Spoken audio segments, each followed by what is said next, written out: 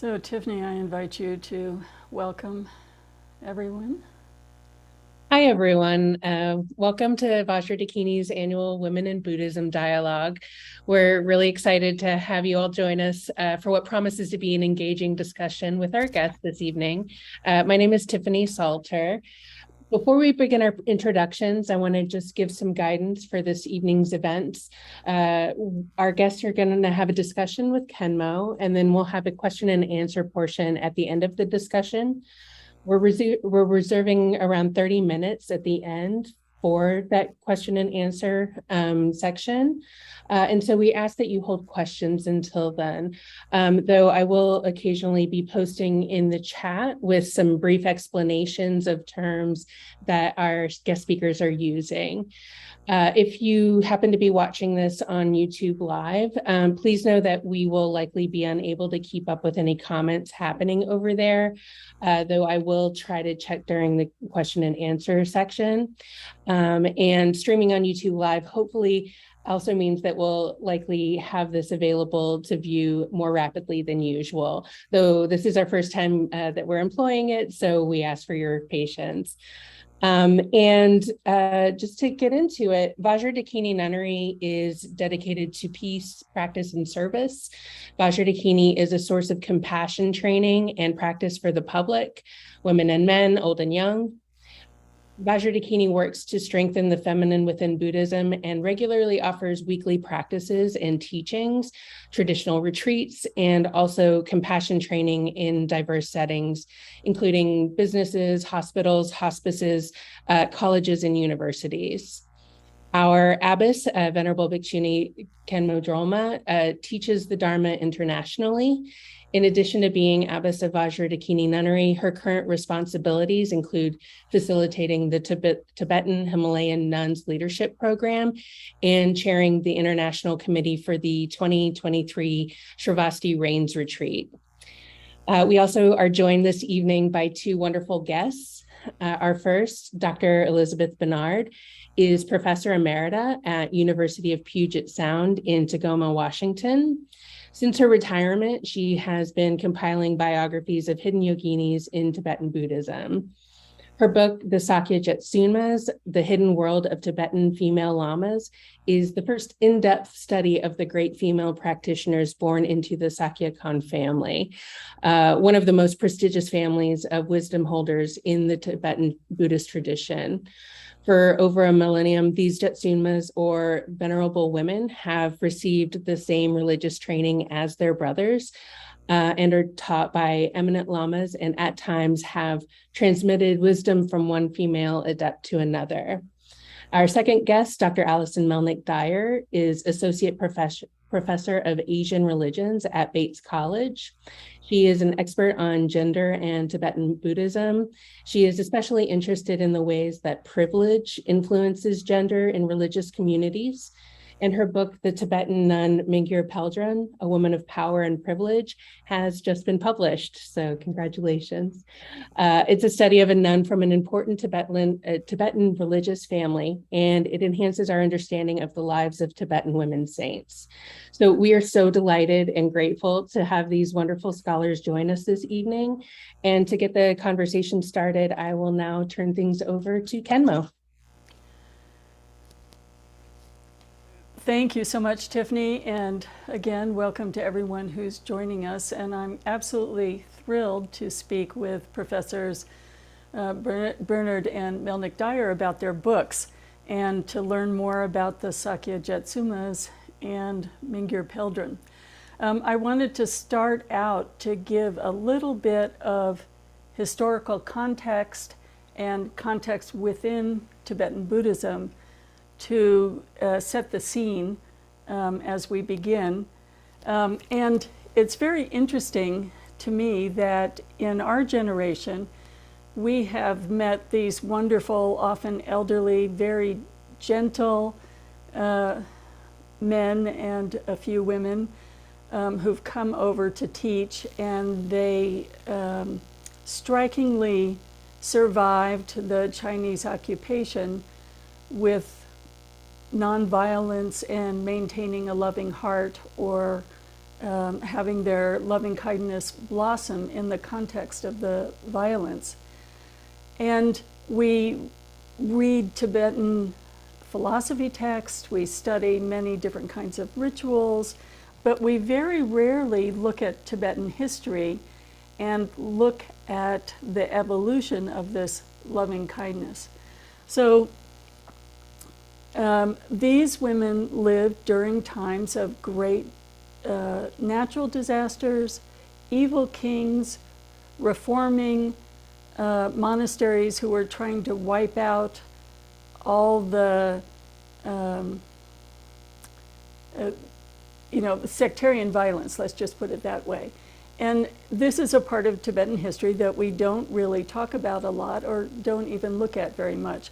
But just to say, Tibetan Buddhism, the first Dharma king was in 650 AD. So we're talking about 1400 years. And about 1,000 years after that, there was a huge Mongol invasion. And that Mongol invasion lasted 40 years. And so these were great waves of change in Tibet. And hopefully we can see that the Dharma does change and tame minds, and we can learn from our histories. So the Sakya Jetsunmas histories span these centuries that had all of this human condition. And Mingyur Peldrön lived at the time when the Gelug reformers were wiping out all of the monasteries and practitioners that were not Gelugpa. At the same time, the Mongol invaders were at the doors. So they were quite tumultuous times. So I've already used some vocabulary that you may not be familiar with. In Tibetan Buddhism, there are 4 main schools. The first school is Nyingma, and that simply means old.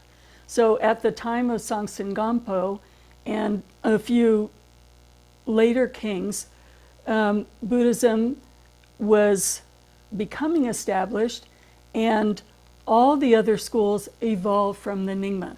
So today we have very smooth transitions in many of the schools between Nyingma and Kagyu, and there are no clear boundaries in the way that we might like to find. And then within the 4 schools, there's the Nyingma, Gelugpa, Sakya, and Kagyu. And within these schools, there are major monasteries that belong to a school, and there are lineages that belong to a school. And so we can say that a lineage, like the Minroling lineage, is a passing of practice paths and texts and rituals, and at the same time that the Minroling has their own practice texts and paths and rituals, they belong to the Nyingma school. Some of the schools have family lineages. So the Minroling is a family lineage, the Sakya is a family lineage, which means the head of the lineage is a married man who passes the lineage to their children, whereas other lineages are monastic lineages led by people who are celibate. Sometimes the head of a school is elected. Sometimes there's no head of a school. Each individual lineage has their own head.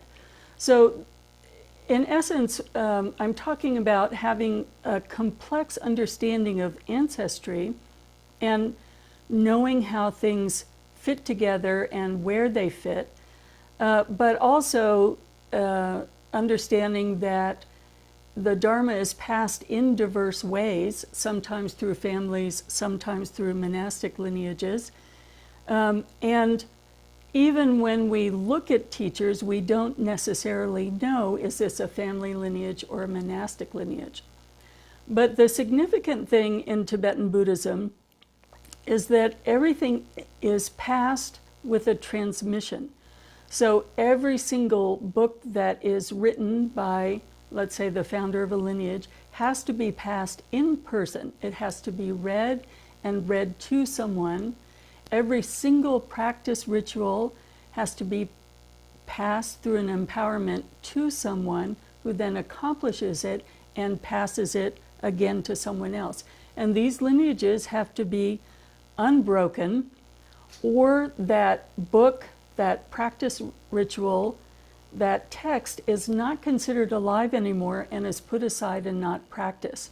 So understanding the families, understanding the great monasteries, and understanding the extraordinary leaders who take responsibility to pass a whole lineage and a whole tradition, it's because they're making sure that each of these significant texts is still alive and can be practiced. And so it is a way that we in the future have access to rituals and texts that will lead to our enlightenment. So each single person who is part of that lineage passing is someone that we treasure and someone that's important to us. So I'd like to now open up to Elisabeth and Alison, first to introduce these extraordinary Jetsunmas and Mingyur Peldrön in a way that will set the stage for our discussion. So Alison, would you like to start? Sure, absolutely. Thank you, Khenmo, for the invitation to this event. And thank you, Tiffany and Elisabeth, for helping bring it all together. Mingyur Peldrön is a really fascinating figure. At least I find her to be fascinating. She was born at the tail end of the 17th century. She was born in 1699. She lived until 1769. And during this time in central Tibet, it was a period of a lot of change. There was a civil war that occurred during her later teenage years. Her tradition, the Nyingma, was oppressed during this period. She actually had to leave her home, Mindrilling Monastery, and run away to Sikkim, where she spent some time in exile. So she lived this very fascinating life, but all the time, throughout her whole life, she had this incredible privilege, which is that she was born at one of the most prominent religious centers of the time at Mindrilling Monastery. And so her father and her uncle were these great religious teachers, and they taught her alongside her brothers. And so she received this really unusual education for her time, for a woman, and ended up being able to use that in her adulthood to become this really prominent teacher and a highly realized practitioner. So her disciples talked about her as though she was enlightened. Yeah, so that's just a brief introduction to who she is. I recently finished writing a book about her and about her life, and I'm happy to talk about all of that in more detail, but I'll turn it over to Elisabeth. Right. Well, thank you.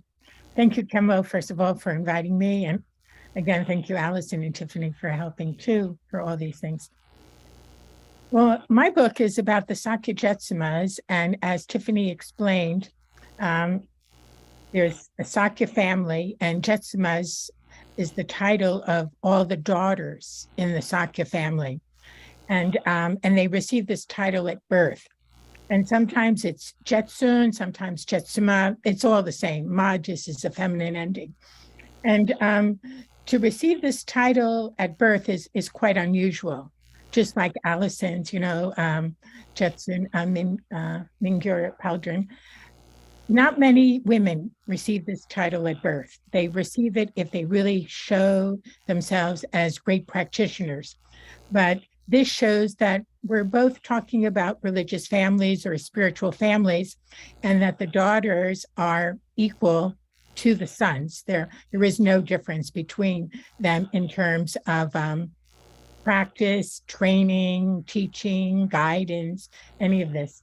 So my book is a little bit different than Alison's because I talk about 4 major Jetsunmas, and then and this starts from the 18th century, and then I talk a lot about Jetsun Kusho, who some of you might know, who is the elder sister of the 41st Sakya Trinzen, and Sakya Trinzen used to be the head of the Sakya sect, and he was the head for 60 years, but he changed the policy a little bit. I won't get into this too much, but anyway, he's a great Lama that still exists today, and Jetsun Kusho lives in Vancouver, Canada.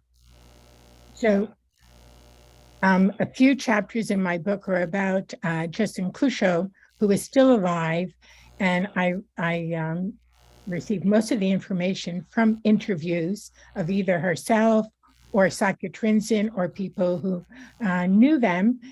And the one thing I really want to emphasize about Jetsun Kusho is that she grew up in Tibet really amongst the sisterhoods, because she had this fantastic aunt who basically was her mother, who helped her in all the practices. Then she had her aunts who were also practitioners who helped her, and so she didn't grow up completely alone or isolated in any way. But then when she became a refugee in Canada, everything fell apart there, and she had to experience a lot of things that she would have never experienced in the United States, and so she also could help Westerners now having to deal with a lot of the situations that Western practitioners had to go through. So that's a little bit of introduction. So, Alison, would you like to go back to what you would like to say about Mingyur Peldrön? And also, as we're talking about these families, yes, they were great spiritual teachers and leaders, but they were also great aristocrats. They were treated with extraordinary respect, and the families were treated with respect. So it's how would you like to talk about how she was defined by the family she was born into? Yeah, so I think that it's interesting because oftentimes we think about women's history in Buddhism as one of perpetual struggle. And so we have these narratives of oppression and struggle, and those are very real and were present for the majority of women throughout Buddhist history.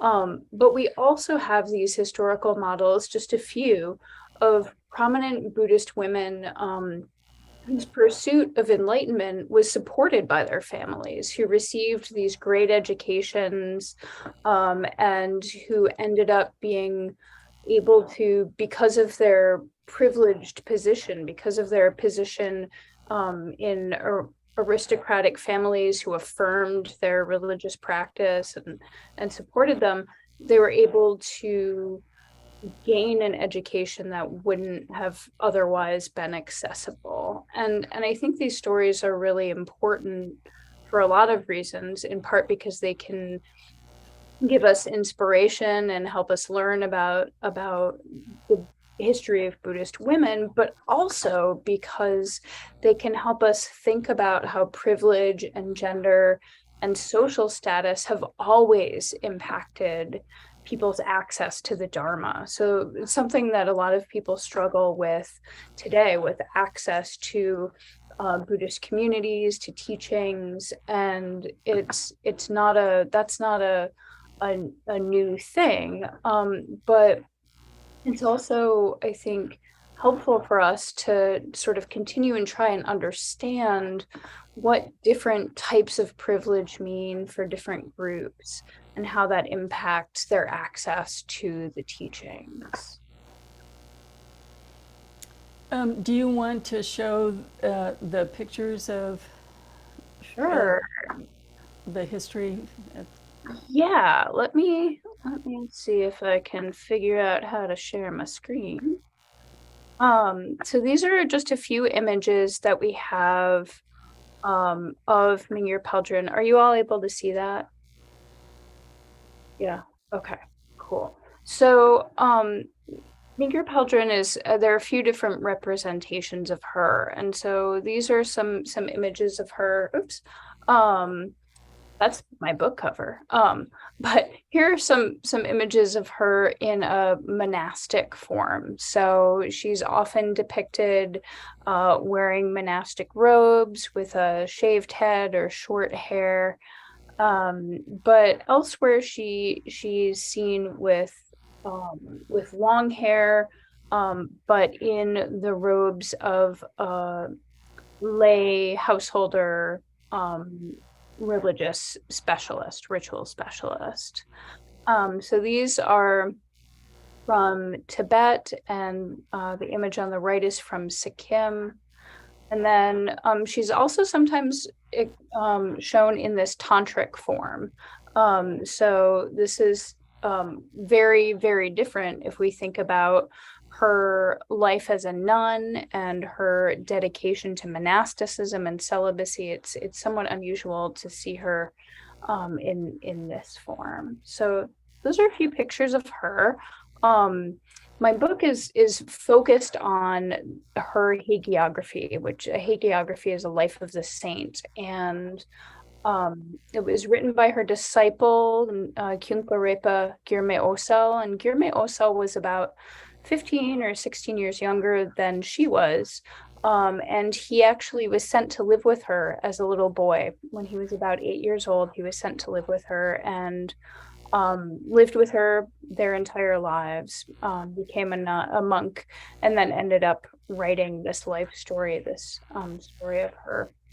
And then let's see what else.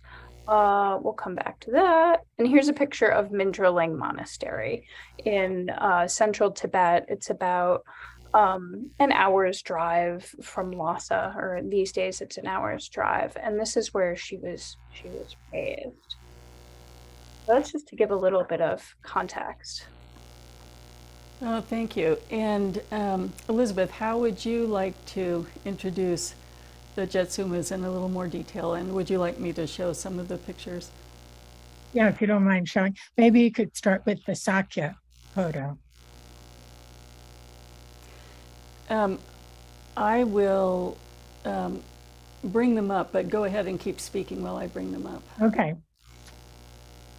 So as Alison mentioned, yes, these spiritual families are aristocratic families. They're highly prestigious families. They have a lot more privileges than, let's say, the normal people.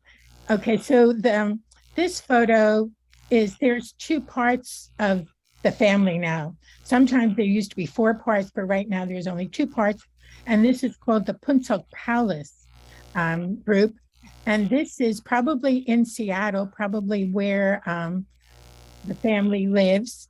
And you can see the main man in the middle. Now he's passed away, but that's Dzogchen Rinpoche. And then on his 2 sides are 2 of his grandsons. And in the back are his most of his sons. And then the one woman in the photo is Damo. Jamyang, and she's the wife of Dzogchen Rinpoche. Dzogchen Rinpoche passed away a few years ago, but Damo is well and alive, and they're going to have long life prayers for her at the monastery in Seattle, I think this weekend. So long life to Damo. So that's the Punsuk Palace family. And maybe let's see what's the next one that will show up.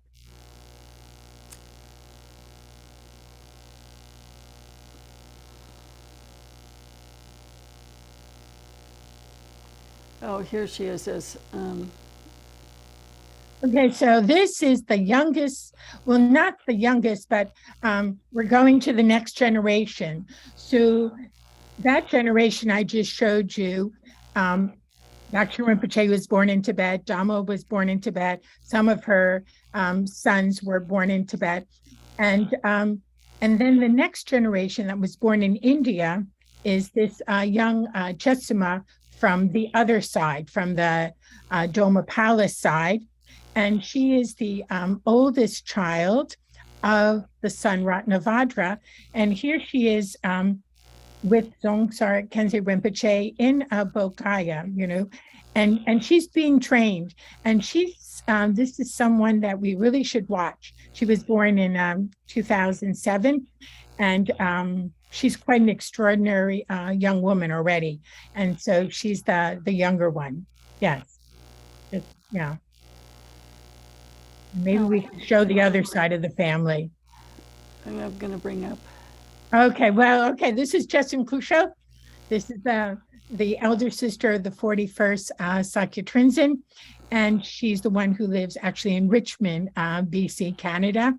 And she did most of her training in Tibet under very significant lamas.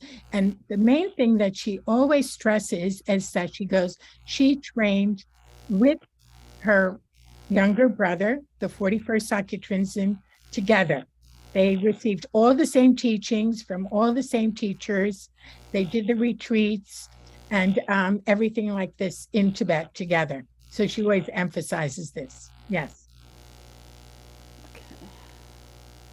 And then this is a combination of the two families together.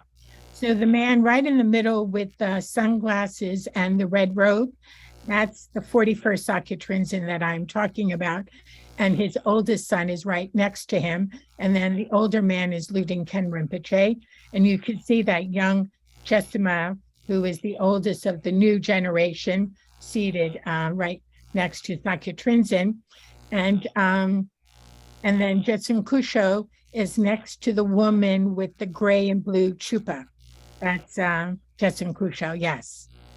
And so I think that's and then there's the one Dhammo son from the Punsok Podrang with the brown robe just above Sakya Trinzen. And then just above that man with the brown robe of Sakya Trinzen is Luden Ken Rinpoche, who is Jetsun Kusho's son.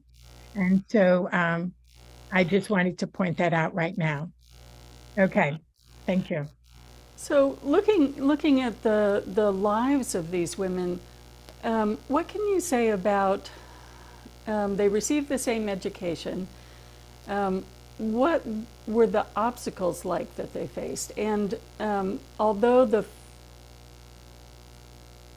the heads may have treated them equally, what was their reception in the wider world that wasn't so receptive to women teachers? Alison, if you'd like to begin. Sure, yeah. So in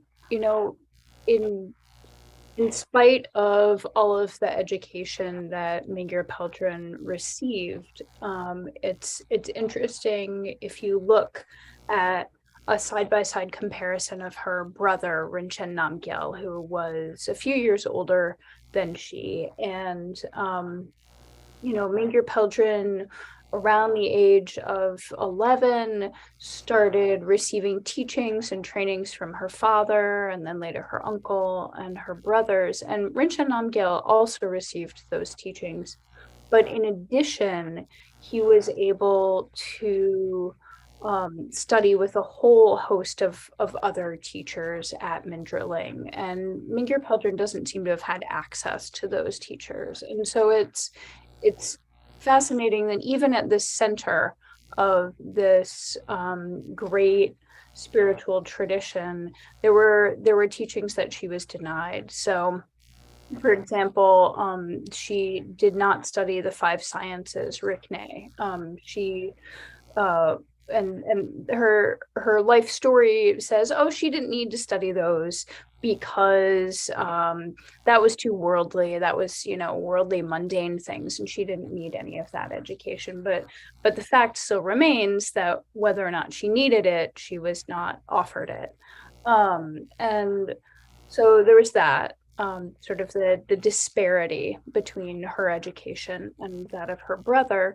But then, as part of the Nyingma community in the early 18th century in central Tibet, she was part of a group that was being oppressed. So within the Geluk denomination, the dominant denomination at the time, there was a small faction of people who really wanted everyone to join their denomination and wanted to wipe out those who were not part of it. And basically they formed an army that went through the country. And during this time, Mindrilling Monastery was razed. And Mingyur Peldrön and her mother and sister had to flee. And they undertook a really terrifying journey in order to escape from basically what would have ended up being death. So her uncle was caught and he was ultimately killed. And one of her brothers was killed during this time. So it was really a very difficult time for them. And there are these really vivid stories of her escaping out the back window of her room in the family household in the Labrang, and sort of like shimmying down a rope and running off into the night. And then these moments where she and others were hiding behind big rocks as the troops marched by looking for them. And she eventually made it to Sikkim. She made it to safety. And there she was received as a great teacher because her father had a relationship with the king of Sikkim. So Sikkim is now part of India. At the time, it was its own country.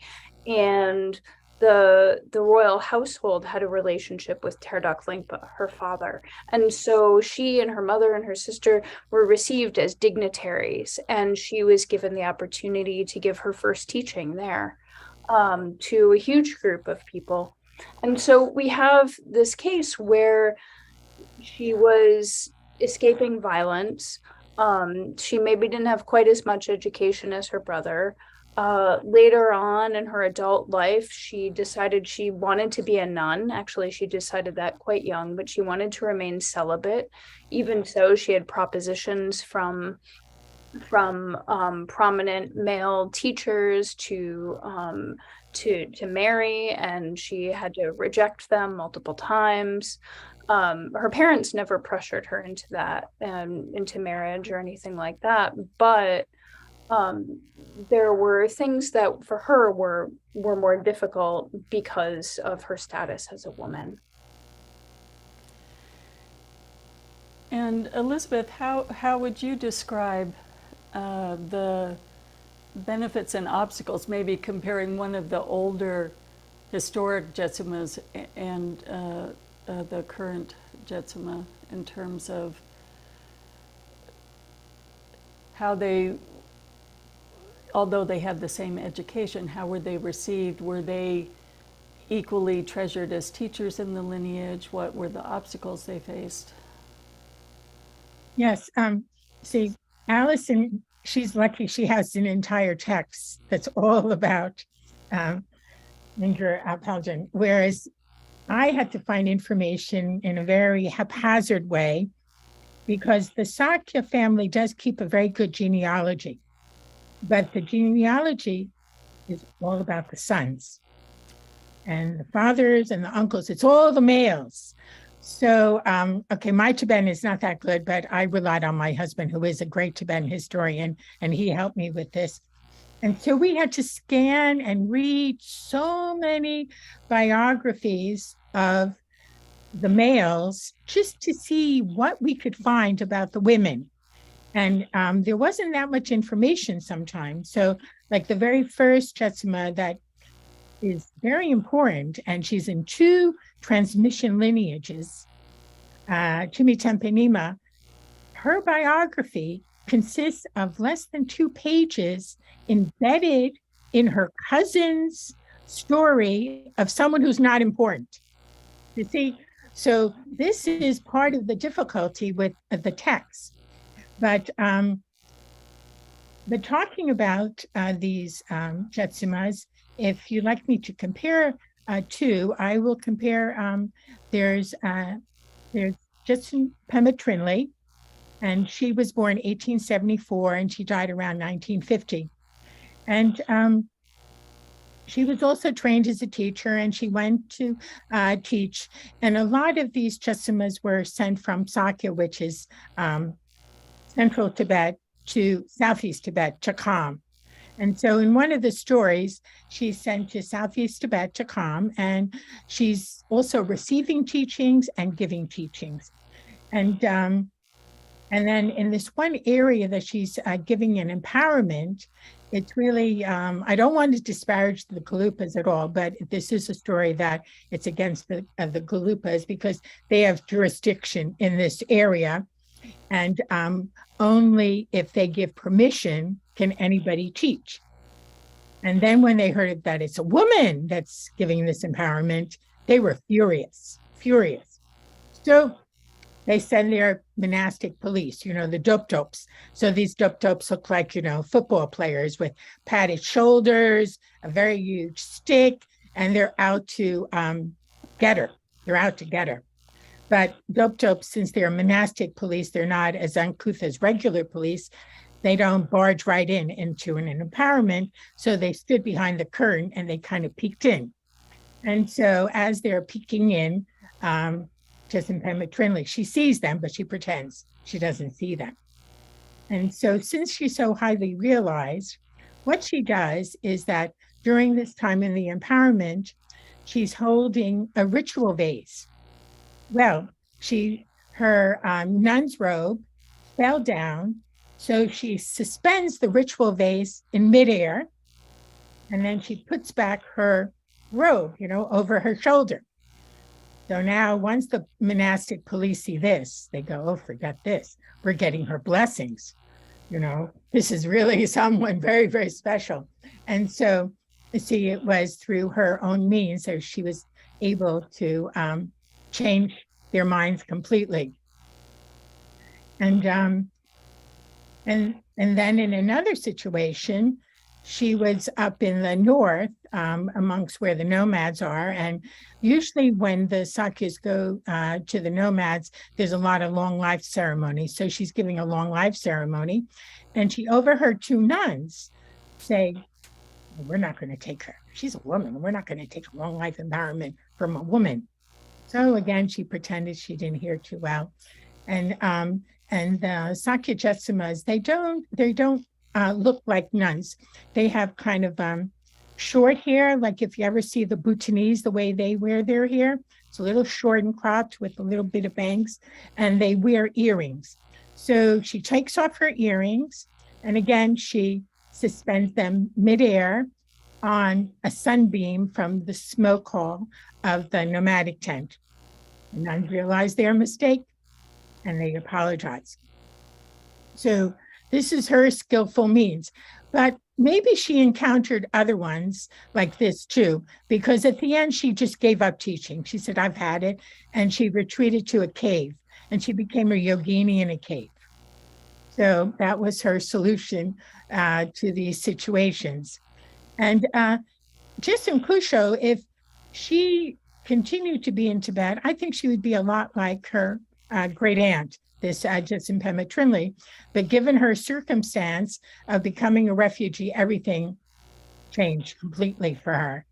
And when she arrived in India, everybody's refugee. There's very little money involved. They don't have any more of their possessions. That there was a lot more attention for the young Sakya Trinzin, since he was the throne holder. And Jetsun Kusho was not taken care of as well as the young Sakya Trinzin. And even though she was still learning, she became a little bit wild, and she was interested in Hindi movies, and she wanted to wear nice clothes, and her aunt, who was training her and raising her, she was a little worried about her. And so she finally arranged a marriage, which the Jetsunmas never married before. They always remained as nuns. So, of course, this completely changes her life. And then she marries into the Luding family, which is a very important family in the Sakya tradition. And eventually she has 3 sons. She also had a daughter, but the daughter died when she was very, very little, when like a couple months old. And then one of her sons becomes that monk that I pointed out, Luding Ken Rinpoche. And so this is very unusual for a Jetsuma to have this type of life, but given the situation, that's what happened. You know, it's so fascinating. I'm thinking about our Western audience, and we hear things like hanging earrings on a sunbeam, and that is actually a sort of a common example in lineage histories. You know, if like during the Mongol invasion, one of the heads of the lineage went out to offer gifts to the Mongols so they wouldn't burn down the monastery, and he put his coat on a sunbeam. And so we see this in the histories, and sometimes the histories, the Namtars, are, you know, maybe an exaggerated form of the biography, but these things are not true. So, for instance, with His Holiness Chetsang Rinpoche, and you know, they're already talking about different miracles in his life, we can go to him and ask, did that really happen? And I don't know that he would say that it happened, but his sister will say, yes, that really happened.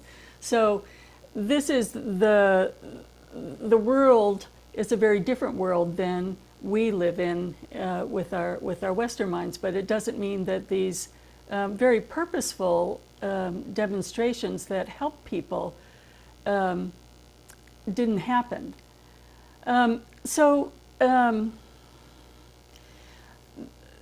There are benefits and difficulties being born into these families. Would you say, you were starting, Elisabeth, to talk about sometimes it feels oppressive to have your life totally decided for you, and expectations. How did the Jetsumans, how much freedom would they have had to choose a pathway, and how in the historic records, what did you find about people's either jumping into the opportunity to practice or resistance to that life? Well, since, you know, I really don't have, you know, very extensive biographies about any of them, it's kind of hard to say, but these Jetsumas, they were kind of treated as kind of tukuls, like recognized reincarnations, because they were given separate residences, labrangs. So they didn't live in nunneries, they lived in labrangs. So when they were in their teenage years, they were moved into that residence, the labrang, and each family, those 2 families that I talked about, had 5 labrangs. So there was enough for any of the daughters that moved in. And then sometimes if there were more than 5 daughters, 2 daughters lived in labrang. And this was kept by the family lifetime after lifetime. And they were also given nomads in fields for income. So that's why I'm saying they're kind of similar to those recognized reincarnations, because everything is ready for them to practice. So Jetsun Kusho goes, this is a little bit like being in the God realm. This is how she explains it, is that everything is there, you know, and if you want to practice, you can practice. Now, if you don't want to practice as a Jetsuma, well, basically, you still have to keep a low profile. And there was a few times, but this was a real exception, that a few Jetsumas did marry, and they left the area because this was frowned upon. So this was not accepted. But if you stayed in your labrang and you did some practice and you didn't bring too much attention to you, you could do what you want in that way. So would you see this as oppressive or helpful? I don't know. It's your interpretation how you want to see it. But Jetsun Kusho's life was completely upended, being a refugee. But the young Jetsuma, there's no Labrangs now that I'm aware of, but the young Jetsuma at 12 years old said, I'm being a nun, and she became a nun. And she's also breaking a lot of barriers because we mentioned the Nyingma tradition. One very important practice is Vajra. And so this continues with the Sakyas too, Vajra. And for all the sons, it was a rite of passage that you learned how to do this sacred dance of Vajra. But the Jetsumas were never taught this. But this young Jetsuma, she did it. So she's the first one doing it. So I think things are going to change with this young Jetsuma. Yeah. And Alison, what was it like for Mingyur Peldrön and her? Did she have sisters, and was there resistance or natural engagement with the life she was born into? Yeah, so it's interesting. It's somewhat hard to tell, because while we do have a namtar, a hagiography for Mingyur Peldrön, it was written by a disciple who was looking to elevate his teacher and to present her as a highly realized spiritual practitioner, as an enlightened being. And so he wasn't going to necessarily talk too much about whether or not she had resistance to her path. But what he does mention is that she was very adamant about being a nun, and that in her adulthood she was propositioned a few times by a man who was about her age, who was a well-known teacher and practitioner, and but non-celibate. And the way he's presented in her life story is as this sort of comedic foil. It's like, oh, we went over to Jidrung's place, and everyone was drunk and partying and singing and dancing, and Mingyur Peldrön walked in and put a stop to it and started giving people tea and saying, like, this isn't good. You all need to leave and come with me. And so then she sort of takes off, and people follow her. And so he was this very eminent, well-respected teacher, but in her life story, he becomes this sort of like guy who's just partying all the time. And it's an interesting way to spin the narrative that she really didn't want to marry, and she really wanted to be a nun. And so she stuck to that. She stuck to her guns with that. And it seems that the community supported her, as far as we know. We do know that she had a sister, and several brothers. And it seems that her sister was a few years younger than she. Maybe did not have the same level of education. It's hard to tell because we don't have a life story of her. And so I did some of the work that Elisabeth described earlier of going through other namtars, trying to find any mentions of her. And she is mentioned in some places. And she, what we know about her is that when they escaped to Sikkim during the Civil War, she was married off to one of the members of the royal family. And we know that marriage did not work out. It ended as soon as they were ready to go back home to Tibet. And it was tumultuous. So it's clear that even though it seems Mingyur Peldrön had a lot of agency in terms of how she lived her life, that may not even have been the case for her own sister, and much less other women of her time and place. So it's hard to tell. hard to draw like strong conclusions. But it's very interesting when we think about women's agency in these spiritual communities, and wonder, how do they perceive themselves within that community. Gee, the time is going so quickly. One question I really want to ask is, as a Dharma practitioner yourself, what did you learn about the practice of Dharma and her example that other modern students might find significant for them?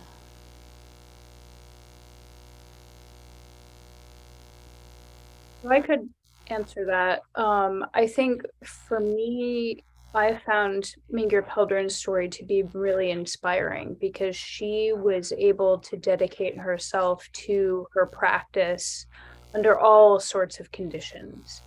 And I'm someone who's like, oh, I woke up too late, I'm not going to be able to meditate today, or I have too much work to do. It's like the slightest, tiniest thing, and I'm like, oh, I'll practice some other time. She was practicing in the midst of civil war. She was practicing while she was ill, overcoming a variety of illnesses. So that I found that to be inspiring, as well as her ability to stand up and speak out. So she was very vocal her whole life for the education of women. She urged women to become nuns. She urged nuns to become teachers. And so that I find to be inspiring as well. I haven't heard that kind of speaking out in this era. That's wonderful. And Elisabeth, what is your insight, having the chance to study and work with the Jetsun Kushala today, in terms of, she overcame so much as a refugee, she found her way, she's a very well recognized and revered teacher now. What are her insights for contemporary practitioners, would you say, particularly women practitioners? Jetsun Kusha she doesn't mince words, and she's a very direct type of person.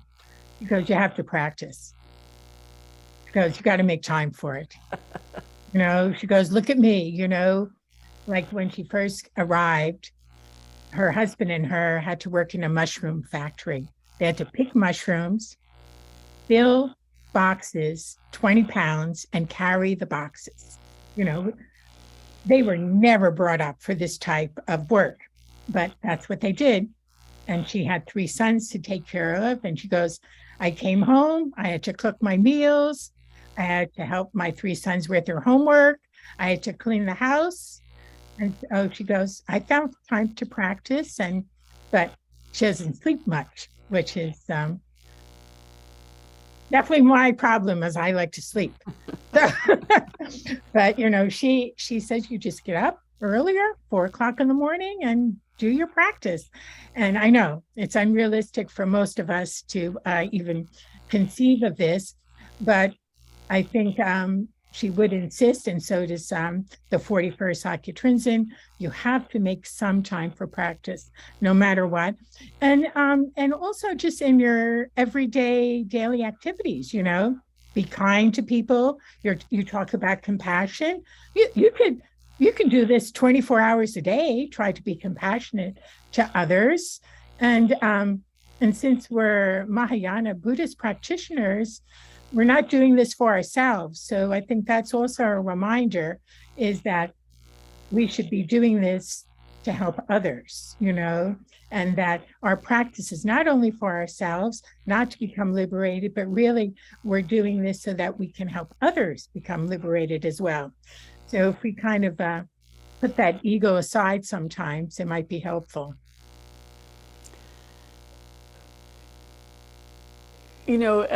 We so rarely have the example of mothers and families as the spiritual leaders, or particularly those of us who are in monastic lineages. It's really wonderful to hear the description of the work she did and the coming home and cooking and still nothing getting in the way of her great realization. So that's terrific.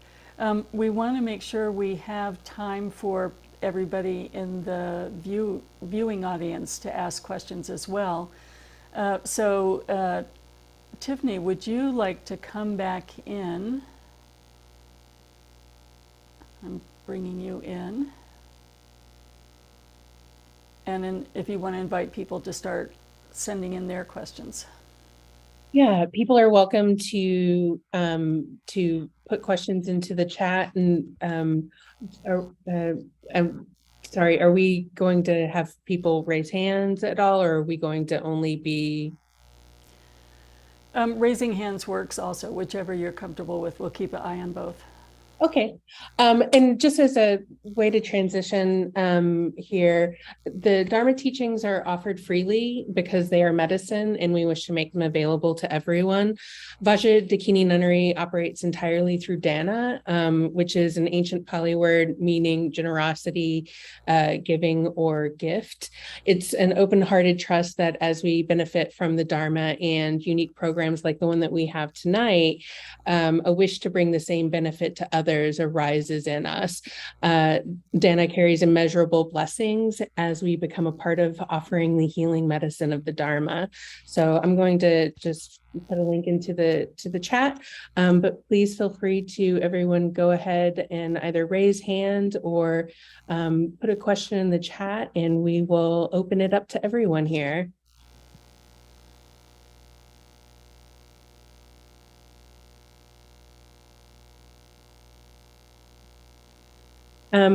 As folks sort of think about what they might want to say, there was a comment that I received early on about, or a question about whether or not the Jetsunmas are appointed by the Dalai Lama.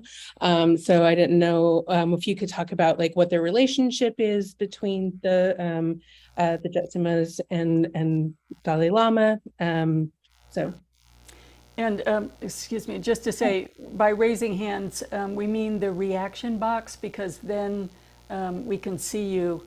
We can't see you if you're just raising your hand in your little window. Yeah, I apologize. So if you click on the reaction at the bottom of the box that pops up, there is a place where you can click on to raise hand. Well, the Jetsunmas, as I mentioned, they're from the Sakya clan family, and the Jetsuma is just a title for the daughters that are born from this family. The Dalai Lama has nothing to do with it. But how the Dalai Lama gets involved with the Sakyas is that Sakya Trinzen, which is considered the throne holder of the Sakyas, he is appointed by the Dalai Lama. Though there's a system already in the Sakya in place, he kind of gives the final okay that yes, he approves that this person is going to be Sakya Trinzen. So that's the one relationship with the Dalai Lama, but nothing to do with the Jetsumas per se. Thank you. Sue. Excuse me, may I just, Elisabeth, I was not under that understanding that there was an appointment, there was maybe approval at some point more recently after they had to go into exile, but I had never heard that the Dalai Lama appointed any of the Sakya Tritsens or Trichens, since it's actually an inherited position, as we've talked about, but that approval or at some point perhaps would take place. But I would not, I would beg to differ if I may. But thank you, everyone. I wanted to thank the speakers and the people who are facilitating this very much, very interesting discussion. But I do have a little bit of I'm not quite sure if it's the word appointed is correct for Sakya Trichens and Tritsens. Okay, we'll let Elizabeth. Okay, so Stephanie, I won't belabor the point, but at some point the Dalai Lama has to give a letter.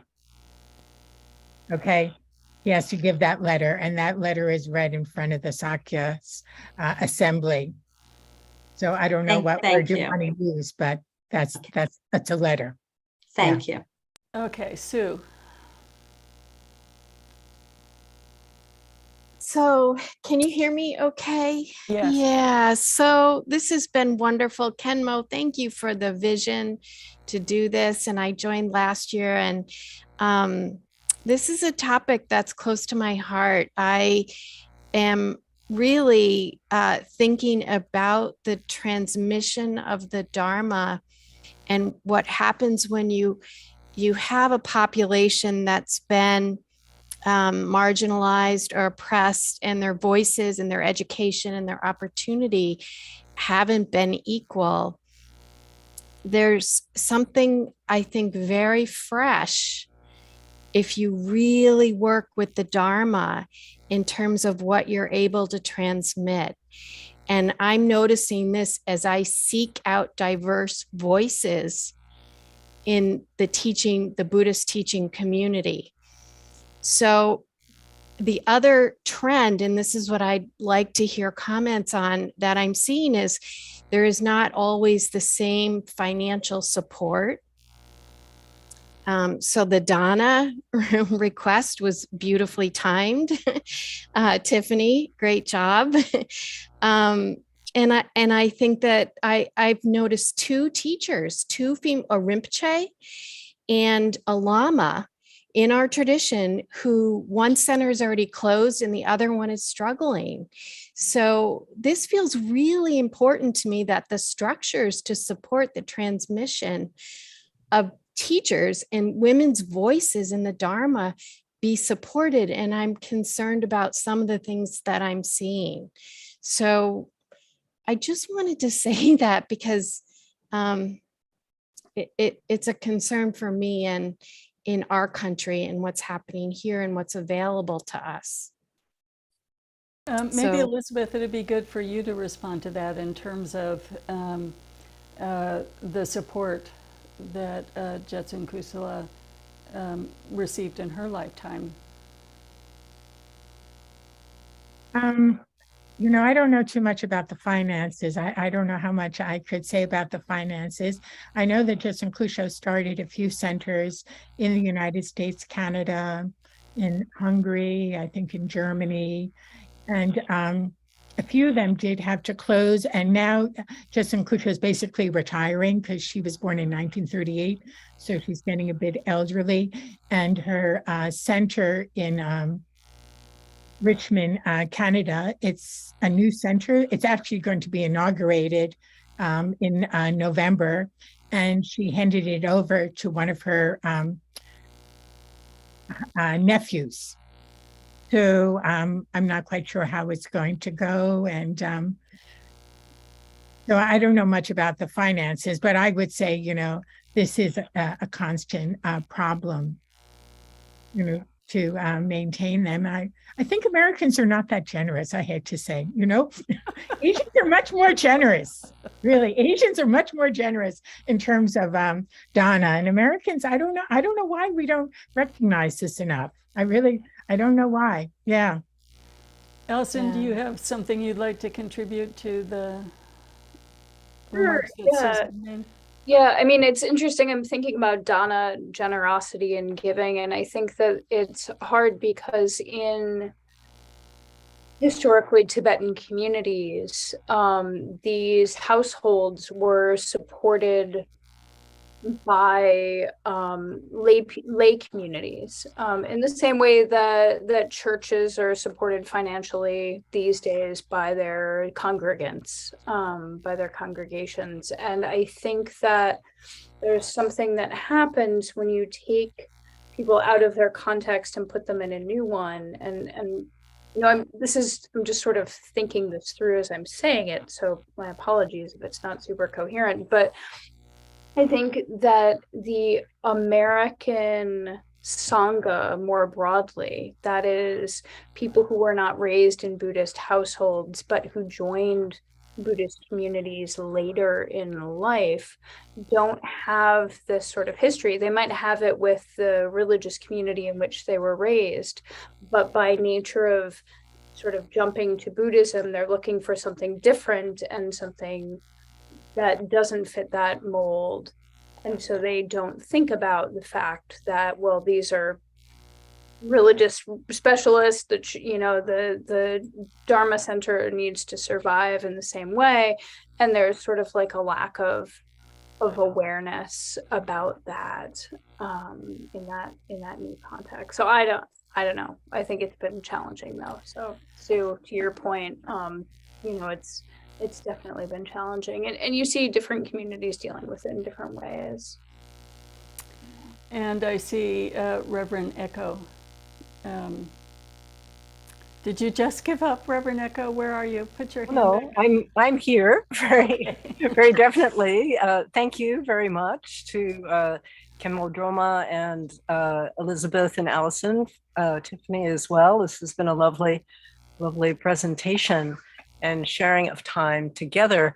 I had a question in regard to the history of the bestowal of the Acharya degree to female practitioners in the Tibetan Buddhist lineages. And so are the Jetsunmas officially Acharya as well, which would kind of be a crossover, if you will, into male monastic structures, if you will, or in terms of training and authorization and that sort of thing. So Actually, that is great. It does give authorization. Let's go to both of you. Elisabeth, what did they receive academic degrees? In the past, no. The Jetsuma title was high enough recognition that they did not receive, and they didn't have, the bhikshuni did not really exist in Tibet, so they never received the bhikshuni or the highest degree in ordination. But Jetsun Kusha always emphasizes that there's the three vows, the Pratimoksha vow, the kind of the more Mahayana vow, and the tantric vows. And so that to maintain these vows, you have to have a certain amount of discipline and to maintain these vows, so that even though you don't have maybe the bhikshuni ordination, there's still quite a lot of vows involved in maintaining them. And so I don't know, but I as I mentioned, this young Jetsuma that's coming up, she's changing things. I'm kind of curious what's going to happen to her, and now that the bhikshuni is available, the ordination is available amongst, it's being recognized finally, really. It should have been recognized a long time ago. She might be taking it, but you have to wait till she's 21 to take that bhikshuni vow. But she's already being recognized as a teacher. She went to Southeast Tibet and Kham. I think she was only 13 at that age. She was treated completely like a Lama. Didn't matter if she was a male or a female. She was treated as a Lama. They wanted her blessings. They wanted empowerments, and she. So that's my point about being treated as a Lama. Yes. Yeah, I hope that answers your question. Yes, thank you. Alison, what would you say in the time of Mingyur Peldrön? Oh yeah, I mean, I think I really like how Elisabeth has framed the current context and the current situation. During Mingyur Peldrön's time, it's unclear which vows she actually received. There is a description. So her uncle, Lochen Dharmashri, was the monastic head of Mindraling. Her father was the non-celibate head of Mindraling. And so there's this moment in her life where it says that she received vows from Lochen Dharmashri. I don't know if those were full bhikshuni vows. I don't think they were, but it's I would just echo what Elisabeth is saying, which is that in spite of that, she was recognized as a teacher. She was treated as a teacher. She had an extensive education, but she didn't go through the same necessarily like formal training to receive this degree, so to speak. Yeah. Yeah.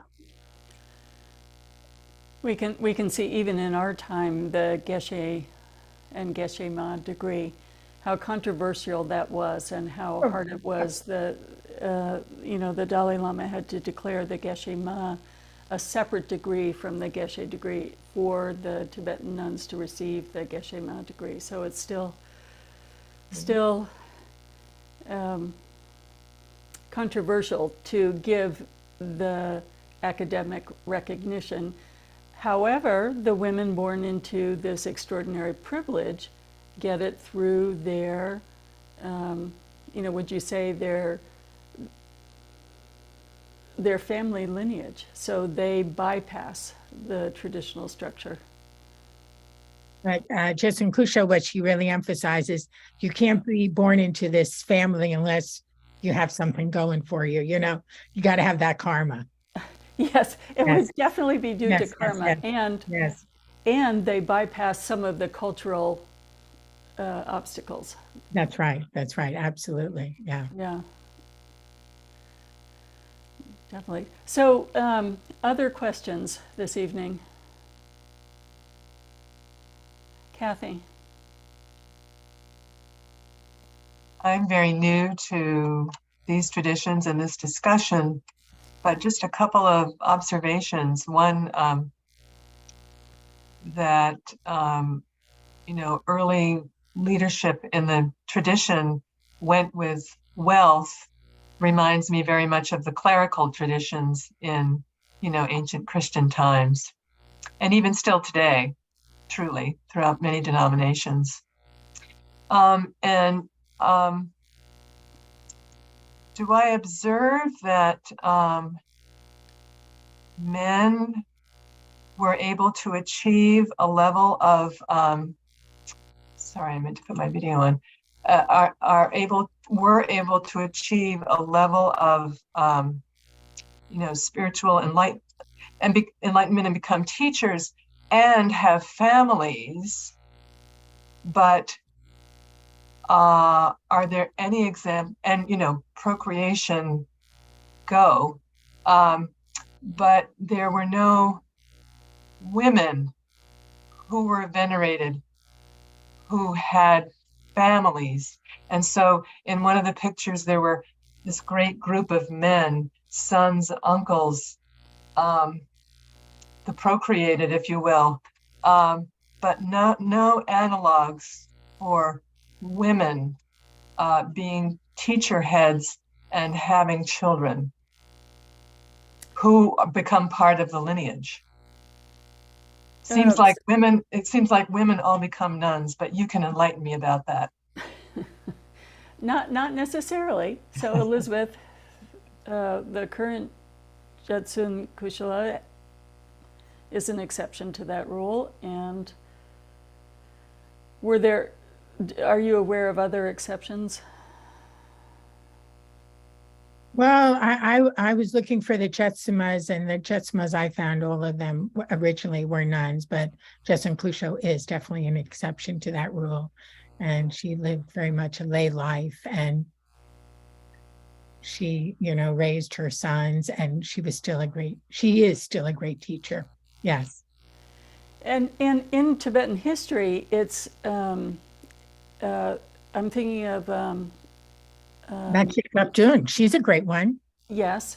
And that famous Nyingma master, his mother, I can't think of his name. They didn't pass a lineage, but they had families and were enlightened. Alison, what would you like to say? I was going to say, yeah, so Manchik Labdrun is a good sort of counterexample, but didn't she, I'm trying to remember the sort of timeline of her story, didn't she marry and she had children and then she left that behind and became basically celibate and then like as she was becoming a practitioner. I feel like there are stories along those lines where women have families and then they take up the religious life, and they might have their children might become their disciples, but there's not this like big matrilineal sort of succession in the same way that we have the patrilineal succession. Well, and the big exception also, what am I thinking, is Achi in the Drikung Kagyu lineage. Right. So Yeah. Achi, and this is often a story that you hear in Tibetan Buddhism, someone sees that the circumstances for starting a lineage needs to happen through male children, so the enlightened woman gets married and has the male children so that the lineage can begin.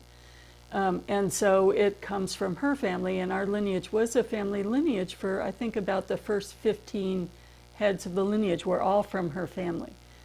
And the legend was, as soon as it left her family, there would be difficulties.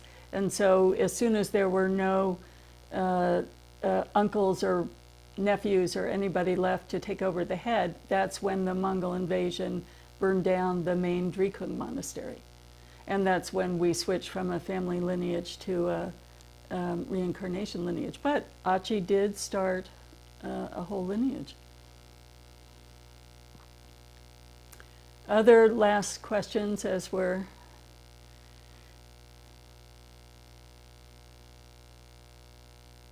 So what surprised you about these? What did you learn that surprised you, Alison? So I think my whole project was based on surprise learning that Mingyur Peldrön existed and that no one had written about her yet. I was initially researching her father, and discovered that he had had this daughter who had become this amazing teacher. So there's, surprise in that very beginning, and wanting to share her story and learn more about it. The other thing that surprised me a lot was that her gender is not always a detractor for her. So she's described by the guy who wrote her life as basically as like in androgynous terms. He refers to her as J Lama, which I've actually never seen J Lama used for a woman before her, but he talks about her in those ways. But in these really important moments, when she has a really big realization, or when she gives her first teaching, when she's born, when she dies, he describes her as the great queen of the Dakinis, the Dakini queen, and he uses this feminine language. And there are many other ways, but being a woman is not always a detriment for her. It's not always something that she's working to overcome. Sometimes it ends up being something that like is used to elevate her in the narrative. So I found that to be really interesting. That's more complicated than I had sort of assumed at first. And I see there are a couple of questions in the chat room about elite families and ordination. As far as I know, there's no recorded full ordination in the Tibetan system. And sometimes when the words are used, someone is fully ordained, it means a novice nun, because that's the full ordination that's available to them.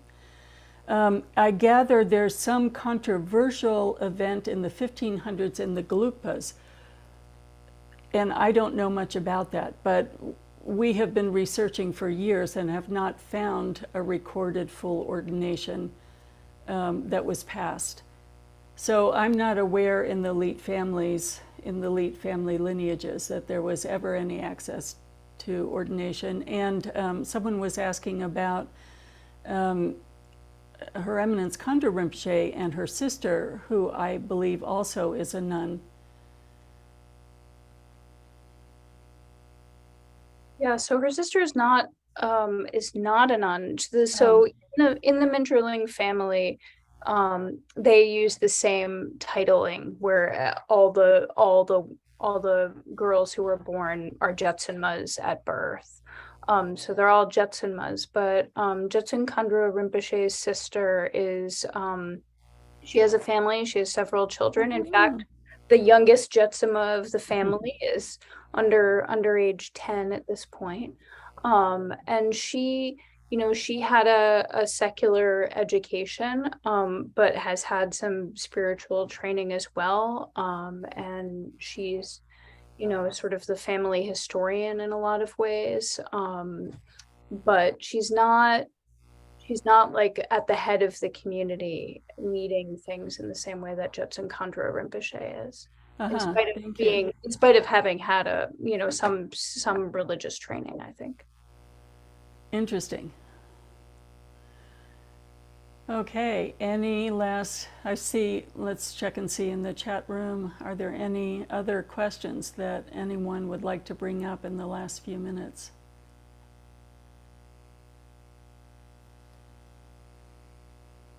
So very extraordinary histories, especially from those of us who are coming from monastic lineages, to hear about women being supported, being invited to be teachers, being celebrated as teachers. It's wonderful to hear. Let's see.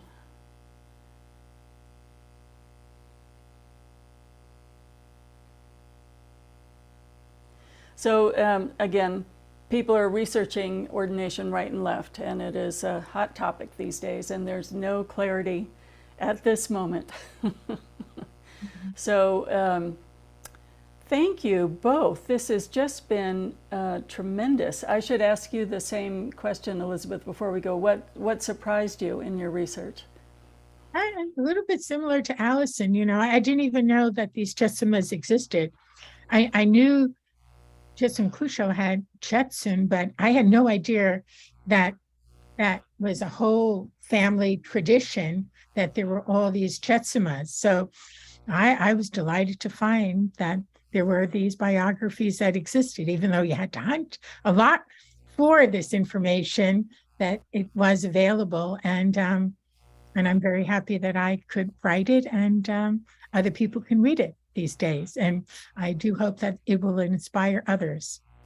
So, yes. Well, I really want to thank you both, because we would not know about them without your work. And it's so important to be able to see yourselves in the practice lineage. It gives everyone confidence and a feeling of a different kind of belonging to the lineage when we see ourselves reflected. And so this has been a tremendous evening together. I appreciate all the people who joined in. Yes, it will be available on our YouTube channel and eventually on our website as well. And may this discussion really benefit all the young women coming in and young men coming in, seeing that people are treated respectfully, and see the blossoming that happens when people receive equal education and equal opportunity and equal access. So thank you all so very much. Thank you very, very much, Khenmo. Thank you. Yeah, thank you, Khenmo. Well, we so appreciate your hard work. It's going to be a wonderful legacy for the future. Tiffany, your hand is up. Oh, I was clapping. I was clapping. I wasn't using my. Okay. Well, thank you all. And really, I invite you all to see our programs from previous years and to join in our retreats and meditation sessions.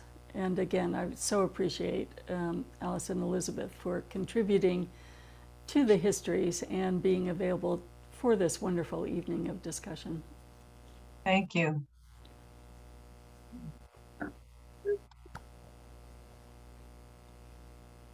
So good to see all your faces.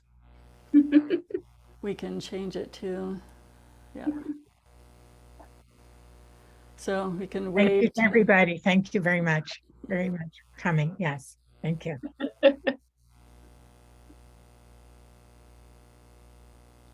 And I think we can go ahead and end the YouTube live.